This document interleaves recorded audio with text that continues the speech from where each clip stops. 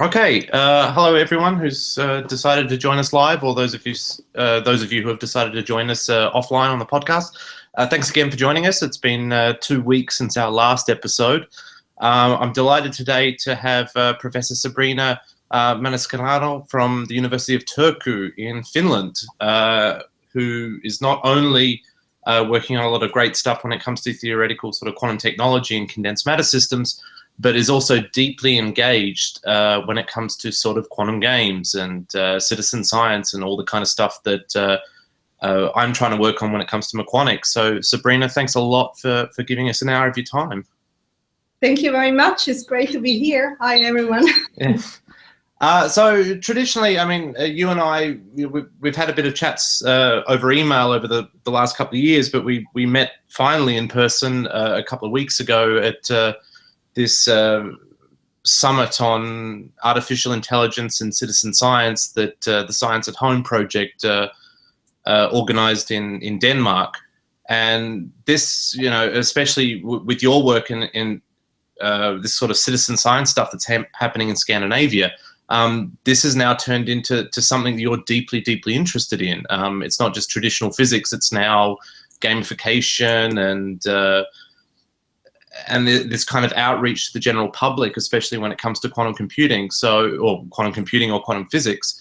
So can you give us sort of a bit of a rundown of sort of how you got interested in this? Because you came from, correct me if I'm wrong, but you came from a traditional sort of theoretical physics condensed matter background, and now this is something that takes up a lot of your time and a lot of your interest. Yes, exactly. So actually, everything started, I think, in 2011. We were at that time. I had just moved to Edinburgh. I was in Turku before, but we organized international festival of physics. Because at that time, Turku, Finland, where I now work, was the European capital of culture. So we organized a number of public outreach events. I've always been very enthusiastic about public outreach and science and art collaborations and events. So, and in that period, we were showing some quantum circus. So we created a circus based on quantum physics. It was a 2 years long project. And I remember that during that, I think it was one of the dinners with some of the people who were interested in the quantum circus, someone started to ask me about Foldit, you know, this game, one of the first applications, you know, of on real scientific problems. And they asked me, do you think it would be possible to gamify research problems in quantum physics? So, and I remember this was really the first time I started to think, or you know, have some ideas on whether or not would be, you know, even possible to create video games that solve open questions or research problems in quantum physics.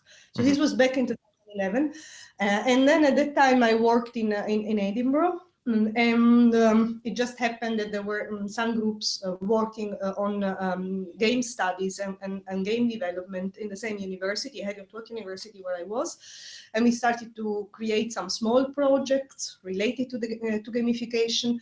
And one of my closest friends at the time in Edinburgh, we're still very good friends, is a science fiction writer, Hannu Rajaniemi, who also lived in Edinburgh. And he was of a very good center of excellence in Finland, in which they developed. They also did gamification and game development, and generally game studies. And he said, when you go back to Finland, or if you go back just for holidays, go and contact them. And this is what I did. So I visited, this was the Game Lab Tampere, in Tampere, the group of Franz Maura. And I just went there and say, oh, you know, I would like to talk a little bit. So it just started because I asked them, do you think it would be possible to do something like this? Do you think it would be, you know, would you be interested, would anyone here be interested in developing video games connected to quantum physics in some way? And well, what happened is that one of the people of Fran's group, Anna Casacultima, was in the audience when I gave a talk related to gamification. And she happens to be the president of the Finnish Game Jam Association.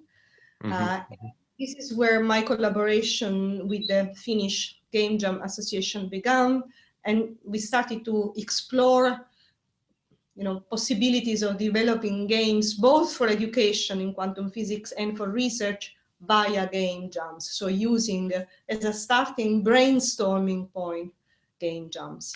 So this is something certainly for people who've logged onto this podcast who are listening for quantum technology, this idea of what a game jam is. I mean, people sometimes hear of hackathons and people hear things like this, but there's distinction between hackathons and game jams and this kind of community organizing around sort of basically coding in some context. I mean, can you give us a sort of an idea of what this is?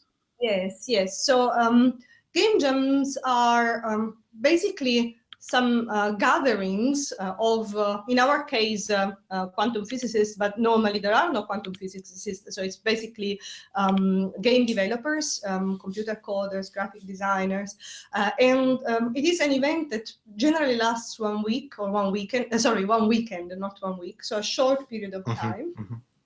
And during this event, there are, through certain activities aimed at forming teams, people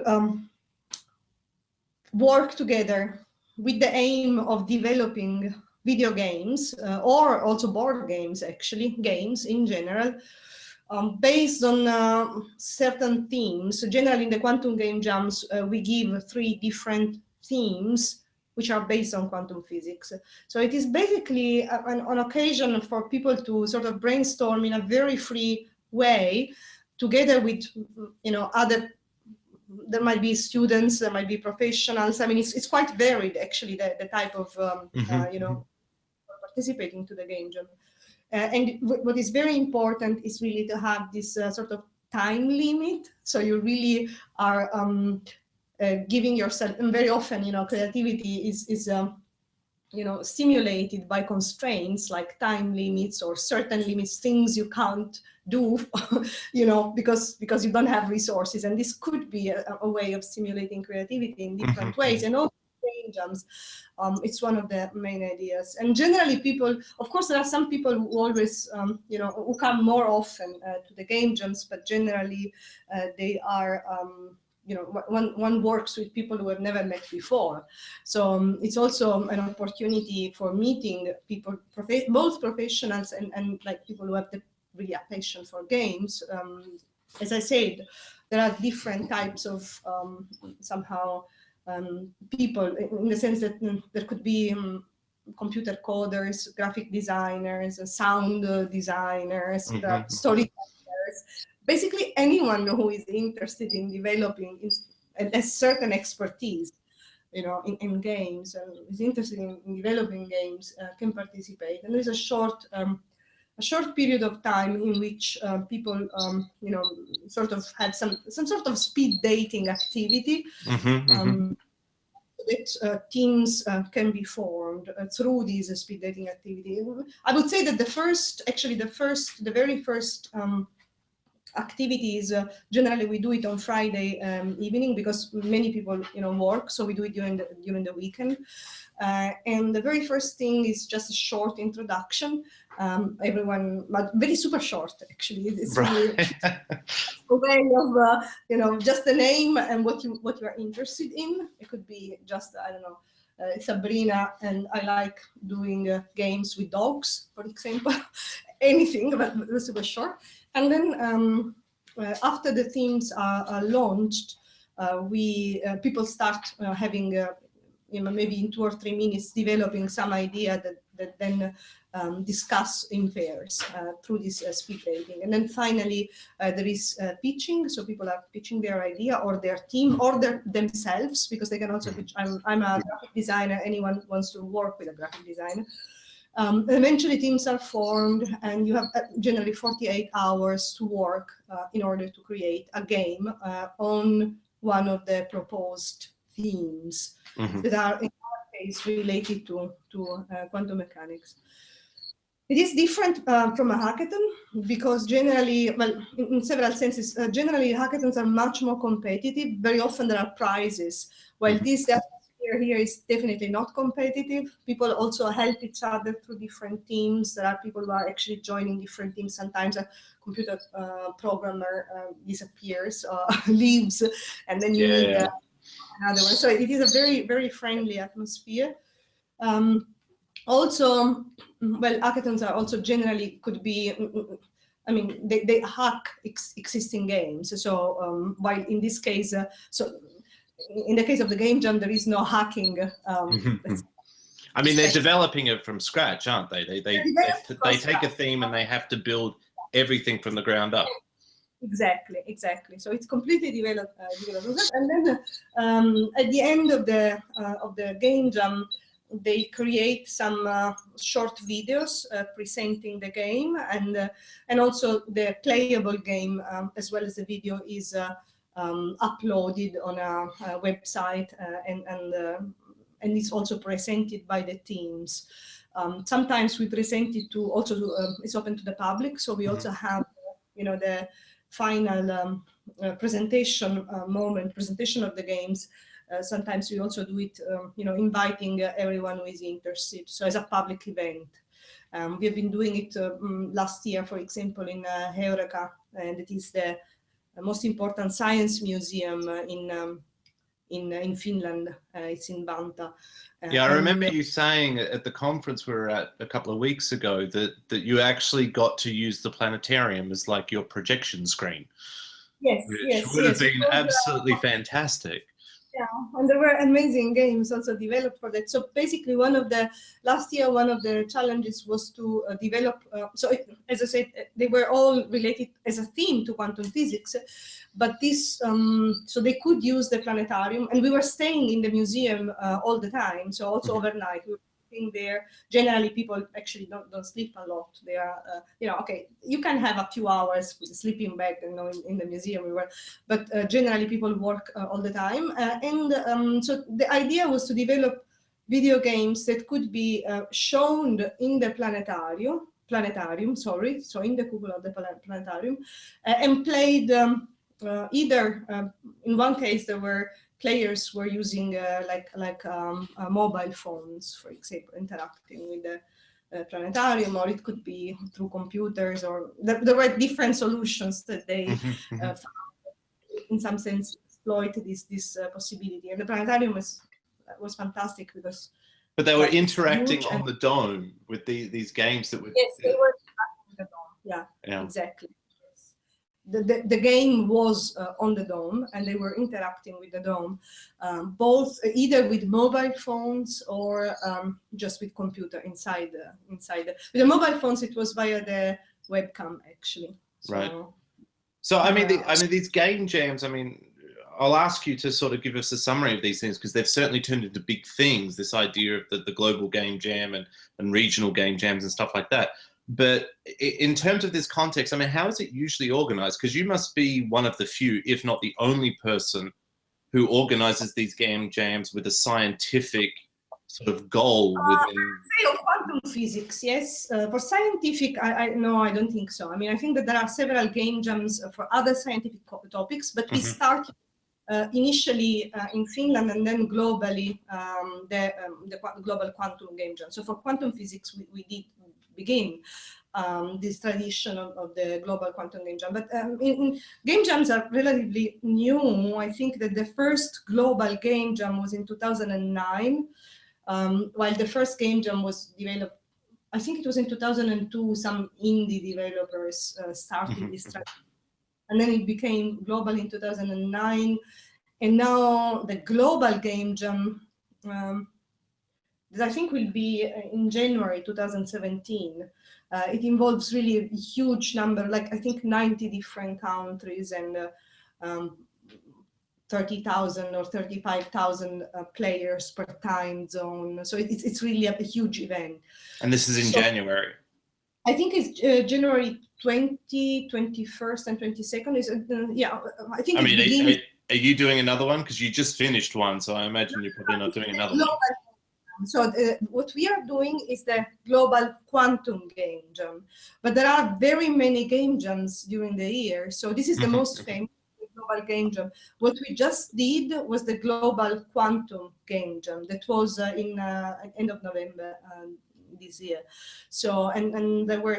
So it is not as big as the global game jam because, well, this is something that we just started, Of course. and also because physics is still quite. So we do have quantum physicists in the teams very often. So because we would like at the same time to develop either to develop games that are meant for education. Or to develop, so we have some educational themes and some research themes.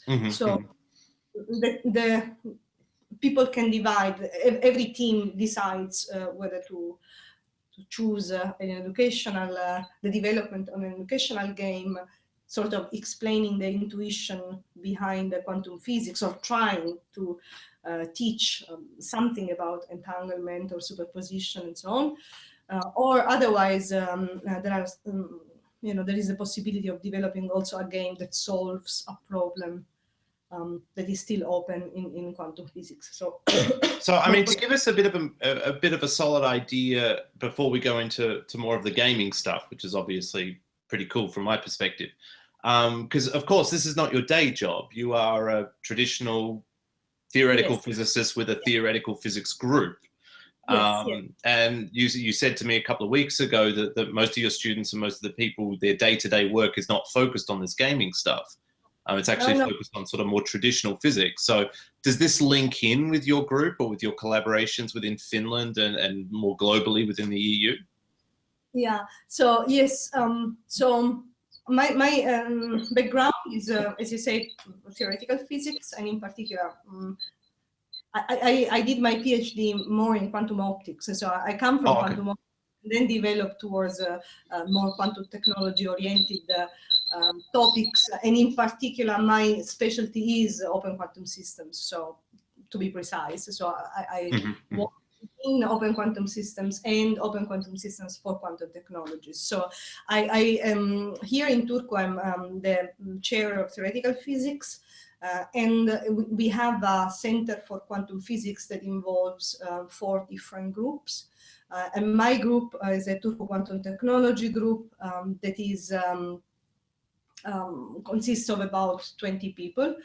And we work on different aspects of quantum technologies. I have so my connection in particular with the last theme of the quantum game jam is via a European project that I coordinate within Horizon 2020, and this European project is quantum probes for complex systems, and in particular, one of the aspects of one of the research topics of QProx, the acronym of the project, is indeed something that we are trying to solve or to explore using video games. So we are introducing in this European dimension also in our consortium, we're trying to introduce also gamification of research connected to optimal control of probing in particular.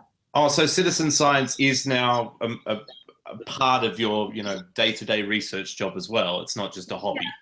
Well, I mean, it is really something that it's becoming more part of my day-to-day job. But I do not have, contrarily to Science at Home, for example, we do not have a team of people working only on the citizen science. So basically, all of my PhD students are doing and postdocs are doing their research, in standard physics. But many of them are also very enthusiastic about citizen science. And so, for example, at the Quantum Game Jam, we were 8. So 8 of my people, participated to the November Global Quantum Game Jam. And they are just doing it because they think it's fun. Because I forced them. No. It's a very interesting thing. Because certainly this kind of citizen science, especially when it comes to quantum, really comes out of Scandinavia, and it's you and it's your group and it's Jakob and the guys in Denmark. Both of you seem to be the major players, certainly within Europe and Scandinavia, but even I would argue worldwide, especially when there's kind of stuff regarding to quantum, and you guys have been doing it for quite a while. You guys came into it, what, 4 or 5 years ago? Yes. I think it's, in my case, what is crucial is really the connection. So 2 things. The first one is the fact that here in Finland, let's say there's a very good environment of small companies and professionals developing games. So games are big in Finland. Finland is a country which is with a lot of people involved in small companies and big companies, you know, and a lot of professionals working in the game industry. And I was lucky enough to immediately actually find a connection with the Game Jam Association that is obviously, you know, knows all the contacts of people, you know, interested in gaming. So in some sense, it would be not possible for me to work, let's say, in gamification of problems of quantum physics without the help and the connection with the Finnish Game Jam. I mean, they are really organizing. So even the quantum Game Jam is mostly organized by them. I mean, in collaboration, and we are contributing to this quantum. But we couldn't do it without them. They have the contacts and they know how to do it. They've been doing it since 2010, so it's 6 years, and they are also members of the Global Game Jam Association. So basically, I would say that there is in Scandinavia there is a very strong tradition both of game jams and of games and game studies. Research and so on. For example, now there was recently the first professor on gamification was appointed in a consortium between Turku and Pori. So I mean, there is a lot of activity and investment even in the academic sense in game studies. And therefore, I think that the environment is really the right one, and it helps really in well, I mean, in the game jams. So how many quantum game jams have you run? You've run 2 or 3? 3. The first one was not global, so was only in Turku. We ran the first one in a astronomic observatory in Tuorla. And then the numbers are usually between 50 and 60 people, you know, participating at the game jam. Okay.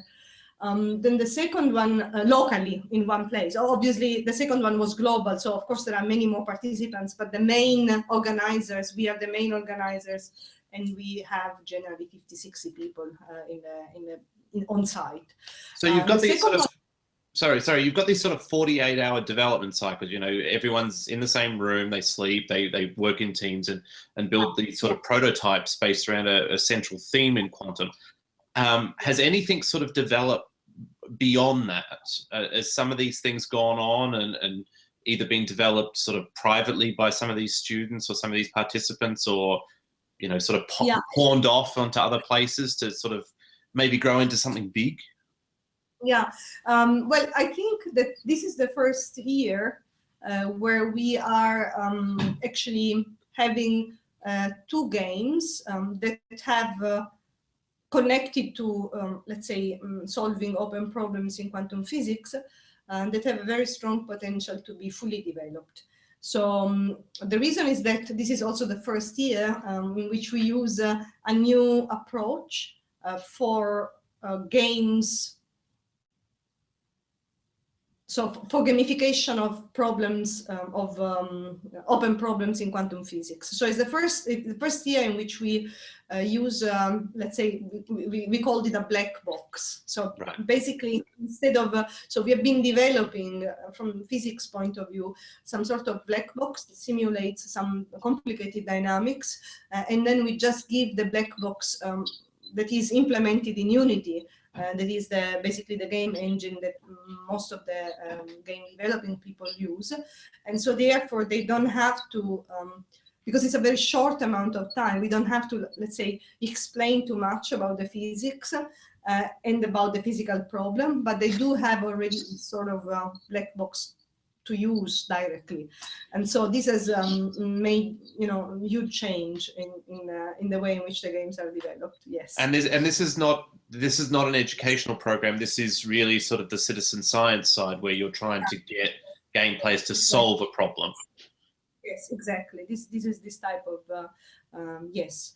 Of course, there are there have been in the previous years also nice games for education, but none of them has been then, and some of them playable and actually quite nice, but none of them then has been commercialized. Right. It's also, all the games developed are all like Creative Commons license, so they cannot be directly used, sold, so to say. Yeah.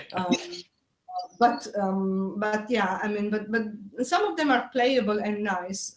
None of them has been eventually, commercialized. Also because of the way in which the game jam works. But these two. So this is the first year in which we also have not only games for education but game for research. This is the difference, I think. So given the strength of sort of, as you said, the gaming industry in Finland and the gaming industry in Scandinavia, and also the strength that you sort of see within the public image of Quantum, I mean, are some of these major players within the gaming industry, are they sort of trying to get into this? I mean, I don't know if you saw in the last couple of days, the guys at Caltech just released another short movie. So I don't know if you saw this one for Quantum Chess about a year ago. No, I saw the tweet, but I didn't see that movie. I mean, I saw the on Twitter, but I didn't see the movie. No. Yeah, they've done a follow-up with basically, the three cast members from the Star Trek movies, and Stephen Hawking was in it again. Yes.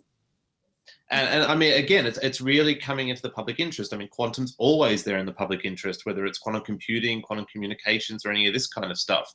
How does the gaming industry sort of interact with you, given that you're one of the few people that work on this? Do they sort of come to you and say, well, can you work as a consultant? Can you help us develop ideas that could generate, whether it's a citizen science stuff or just, something that's based on quantum and, looks cool? That would be very interesting. We did have companies sponsoring the Quantum Game Jam. Last year, Remedy, for example, sponsored our Quantum Game Jam. And this year, we had contacts with King, one of the Default. So Default is this game engine that King is using. I think it's for mobile phones, but I don't know exactly. One of these Default evangelists wanted to participate to the Quantum Game Jam. Eventually it didn't happen because we didn't have time to arrange it in time.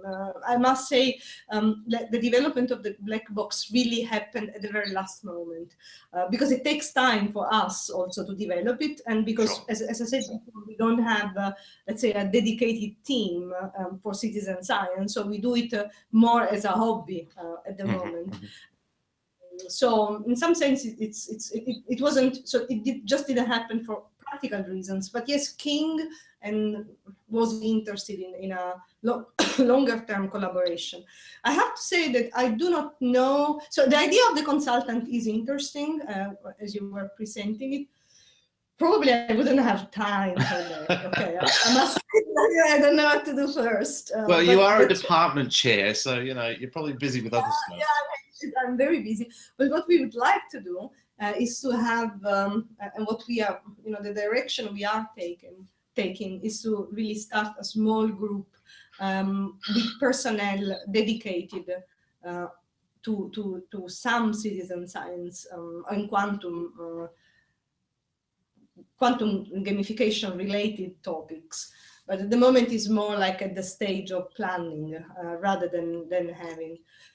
At the same time, we are having, in January, we already have meetings with the two teams that have developed in the Game Jam the most promising gamification of open science games, and this will happen in January. And we are also having another meeting with a number of, not only the members of these two teams, but also some other people for what we think is one of the crucial ingredients in this black box type of gamification is an interface between different language like Fortran in our case, because our computer codes are in Fortran, the physicists, and Unity. So we are developing now, we are in the process of developing this interface in a more and more efficient way. So this is crucial because you need to be very, very fast for gaming, to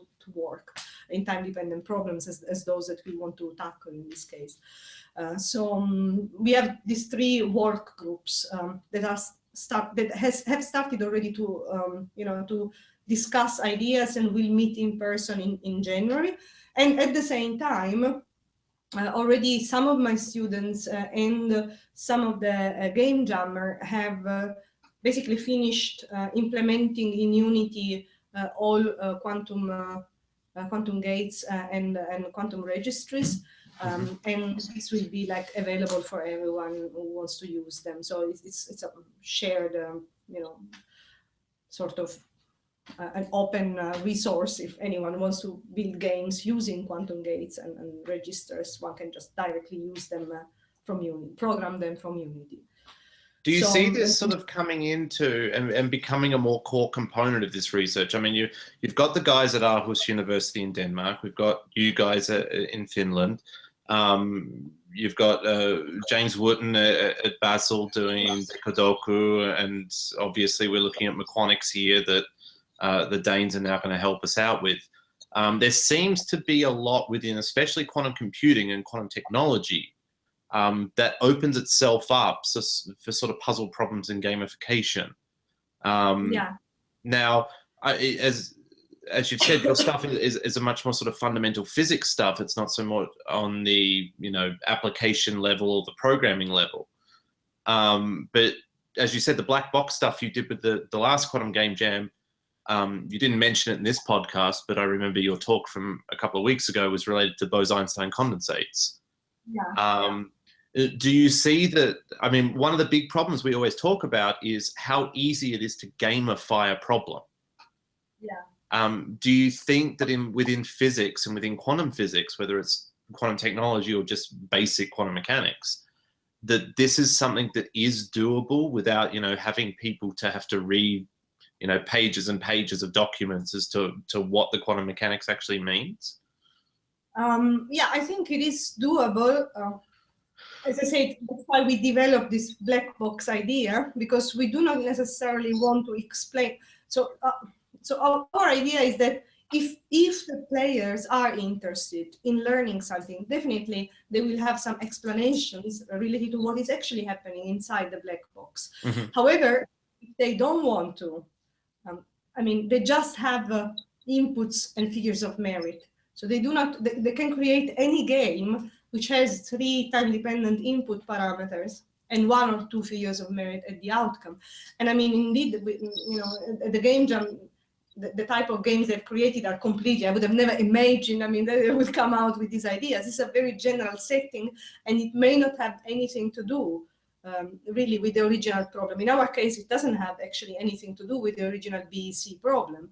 So in this case, you do not need to explain anything to the gamers about what's going on, but you can if you want. So obviously, you can then have different layers somehow in the game development. For us, what is important is that we really want the games to be developed by game developers, so by professionals. Because it's already difficult. It's a difficult, industry. Majority of the games developed do not succeed, are not really fun, are not playable. They live a short time. Obviously, you need to have statistics. You need to have the game played in a longer, by many people to have enough statistics to analyze. Then, if actually the players are outperforming computers, or in any case are solving the original problem. But you need to have statistics, so the game has to be playable, enjoyable, and it has to,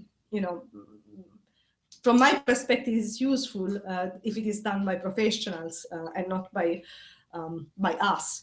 But there is another point which is important. It is the fact that very often, in some sense, I don't know how to say it, but the dialogue itself between the physicists and the game developers, graphic artists, and so on. Okay, this process of finding some sort of common language it is very useful also to sort of have different perspectives for the physicists themselves on their problem.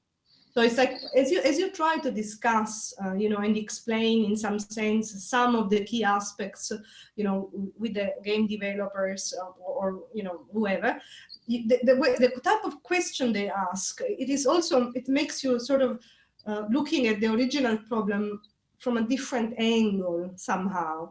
So also the process of gamification, of translation somehow of the original idea into the game could turn out to be, give some intuition on possible solutions of the original game itself.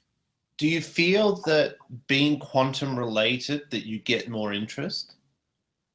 Well, in some sense, yes, because the community of the game jammers is always looking for sort of some novel, cool ideas somehow. I think that quantum is exciting for them. So there is definitely an interest because it is connected to this, people read nowadays in popular science magazines about quantum computers, quantum technology. So of course, there is clearly an interest just because, for a lot of these people, the idea of having quantum technologies is interesting and cool. So they are nerds, most of, the game jammers. Well, so of course.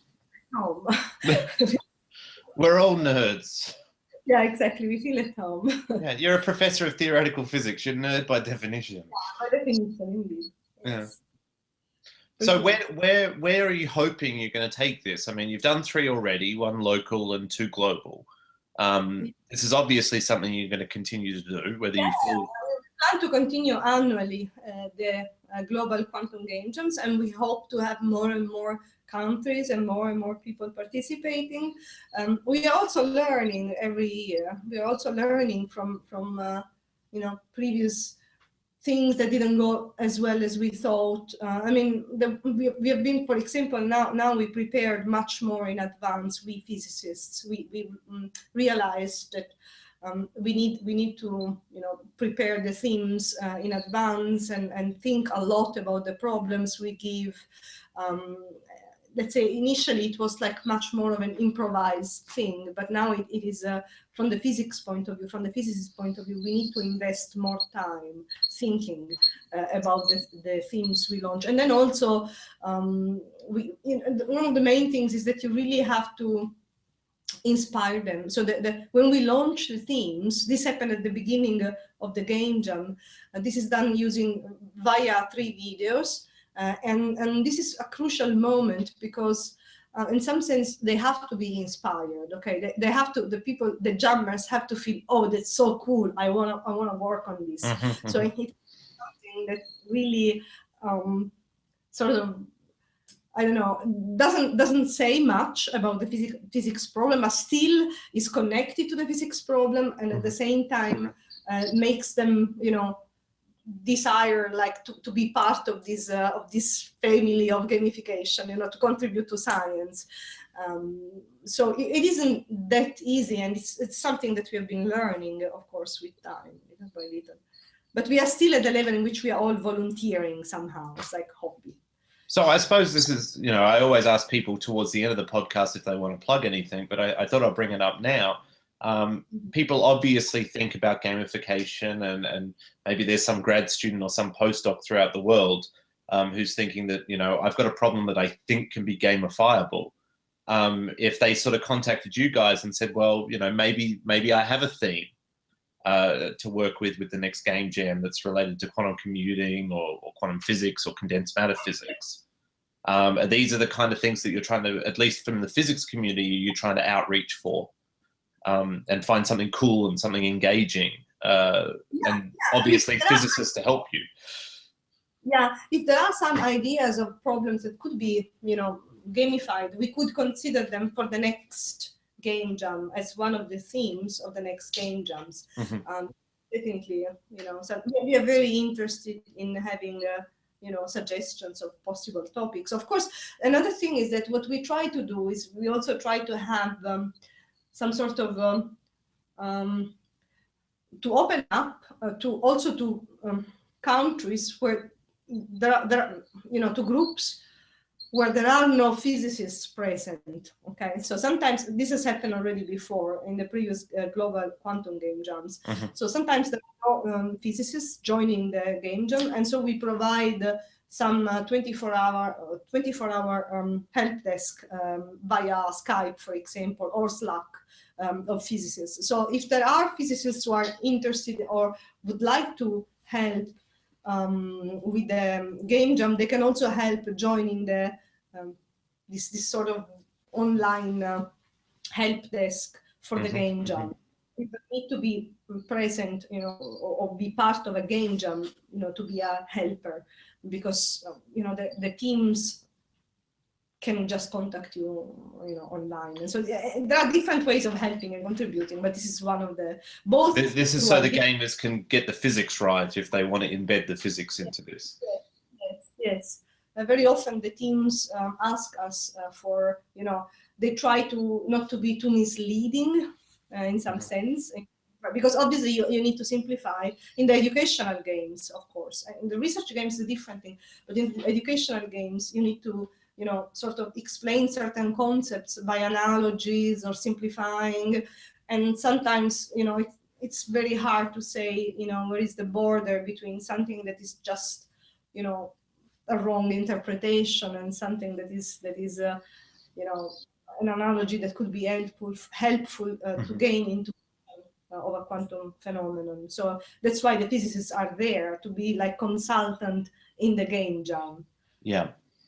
So I mean, we were at this conference a couple of weeks ago, and certainly, even though I've sort of, you know, put my toes in the water when it comes to this citizen science stuff, I had no idea how big this had gotten. I had no idea how many people were involved in how many different fields of science were getting involved in this. So as somebody who's been involved in this much longer than I have, where do you hope this is going? I mean, where do you hope that this is going, not only for science in general, but also specifically for quantum and physics, rather than, you know, biology or medicine or health science or some of the other things that we saw at this conference in Denmark a couple of weeks ago? I think that there might be several interesting and useful sort of directions. One of them is definitely simply related to the fact of informing. So it's sort of a public outreach activity. So reaching a wider and wider public and sort of letting them know what is the current research in quantum technologies. This is something that is, I think, more and more you know, requested also from our funding agencies, both at national and level. It's a way of really informing also the community, you know, taxpayers, because in the end, the research we do in the university is mostly financed via taxpayers' money. So this is one of the possible outcomes. And there is another outcome or another direction that is related to really inspire young people, you know, towards or somehow interest them, stimulate their interest towards science and quantum physics in particular. And this, using games, is really the language they speak, really. And then there is, at the same time, there is perhaps the possibility of sort of, in some sense, teaching, or I hesitate to say teaching intuition about quantum physics, because we do know it's definitely a very counterintuitive, you know, physical science, of sub-branch of physics, but in some sense, perhaps gaining familiarity with this quantum, with certain weird quantum mechanics concepts, it might be something that may be useful, especially in a society that hopefully in the future will be using a lot of quantum technology. So will be heavily based, as we hope, on a number of new and new quantum technology that potentially can change society in many ways. So in some sense, it's I see it as one of the possible directions as well. So really education of young and also old, because do you not think only it could augment sort of these training programs? I mean, obviously, if quantum technology is going to be a thing in the next 50 or 100 years, we're going to need people who are trained in quantum technology who are not necessarily quantum mechanics. Yes. You know, they need to know how to build and how to maintain this technology without having to spend 5 years understanding every aspect of quantum theory. This is definitely also one of the more educational related directions that I think would be, I mean, we know that nowadays serious games are used really as a training tool for many, for many jobs and in many aspects. So this would be some sort of perhaps educational serious training, serious game sort of.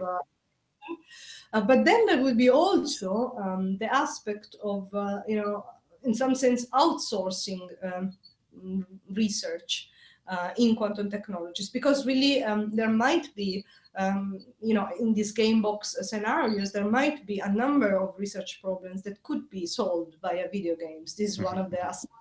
No, actually, it's completely. I mean, we do have already some results that certain classes of problems could be. In some sense, there is evidence that players could be useful for certain classes of problems already in quantum physics, but we do not know, it's just the beginning, of course. So we do not know how far we can push it and how it can be further developed. Of course, there is an aspect related to, in some sense, solving research problems through video games. But then there is also an aspect that is, I think, very interesting. We were thinking when we implemented the gates, and definitely very well this aspect, yourself, given your quantum computer game, let's say, and project. I mean, there is this interesting aspect, I think, that is, if you have certain, so we do know that. You can combine quantum gates in certain ways, and perhaps, I mean, if you give it as a building block tool within, a game that is aimed at, for example, exploring differences between classical and quantum gates, there might be some sort of new. Sort of understanding of what these basic quantum gates could be useful for in terms of algorithms, in terms of phenomena, because this is not something that we play with very much, combining different gates in order to, or different quantum gates and comparing them with the classical ones. Well, do you know this game that unfortunately is, the name is ironically similar. It's a game called meQuanics, which is sort of like meQuanics, but drop the U from Charlie Tahan in the US. That's very similar to this. I mean, it's got a quantum circuit, and it's sort of like matching up density matrices. Sort of similar to what you want, not so much educational about how to design quantum algorithms, but certainly that kind of interface. Yeah. I mean, let's say something similar at the quantum level. Would be, I think, potentially might be very interesting also, in terms of new generation of new ideas, understanding of new possible uses of quantum devices, yes. Yeah, well, quantum algorithm development is very hard, and if you can gamify that, that would be fantastic. And of course, it may also be that eventually it will evolve towards a combination of artificial intelligence playing games and gamer. I mean, there might be, the human aspect could be sort of part of an how do you say, hybrid strategy? I don't know how to pronounce it. Hybrid, yes. But could be, yeah. No, I mean, that sounds fantastic. I suppose we're getting up now to sort of our 45, 50 minutes that I run these podcasts at. So we sort of talked about this a little bit before, but certainly at the end of every podcast, I like to give everyone the opportunity to advertise or plug anything that's happening, or if they want me to link to anything, or just mention what's happening, especially in Scandinavia and in Finland when it comes to both quantum computing, quantum technology, and gamification. Yes. And what do I have to say? Or just whatever you'd like to promote. Oh, to promote, yeah, okay. Yes. Yeah. Okay, what we are doing in the both quantum technologies and citizen science here in Turku is, and in particular in the Turku Center for Quantum Physics and in the Turku Quantum Technology Group, that can be easily, so the majority of our activities can be found in our websites. Mm-hmm. I would say that from Finnish perspective, there is a very, very strong rising attention to the quantum technology field and to the collaboration not only within Scandinavia, but at European level and worldwide as well. But with the incoming flagship, of course, there's a lot of activity of preparation, of the new collaborations for the but maybe not everyone knows, for the quantum technology flagship, which is one of the initiatives of the European Commission that will start in 2018. Is one of the main focus of where the Commission has recognized the importance in investing heavily in science. So it's the third flagship of the graphene in the human brain. So there is, and within this very exciting atmosphere, what we all feel is that there should be an important role of citizen science for the research, both in the flagship and at national level, both for research and for education. So what we are trying to do here, and because you're involved in this quantum alliance as well, that we are setting up now with everyone. Yes. Yes, everyone is interested in citizen science in quantum technologies. So there is, let's say, an attempt of somehow really starting to promote more and more the use of citizen science for quantum technologies. And I would say, for the reasons that I already mentioned before, we feel that this would be important at different levels. So this is where we are, and we hope to to attract even more groups who are interested in these perspectives somehow.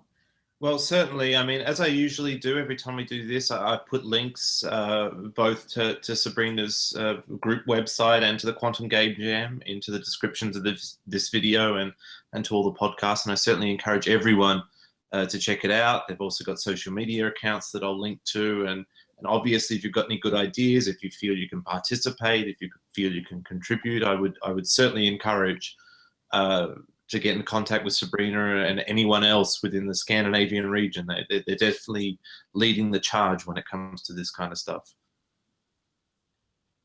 Okay. So, yeah, at this stage, I suppose we're coming up against an hour. I don't tend to go a bit longer than that, since this is a quantum technology podcast.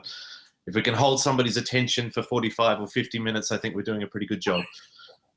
But definitely thank you again for Sabrina for sitting down and giving me your hour of a time and talking about everything wonderful that's happening in Scandinavia and in Finland. Thank you very much. It was a pleasure to chat. Wonderful. So yeah, obviously this is a live cast on YouTube. Hopefully I will upload the podcast episodes on iTunes and SoundCloud within the next hour or so. Again, please look at our social media accounts, Facebook and Twitter, in order to see when this stuff gets uploaded, and also to check in for our next guest. We're negotiating with a few people to come on the podcast. As soon as these dates and times are confirmed, I will obviously do the normal advertisement and log in and of course download, subscribe and share this far and wide.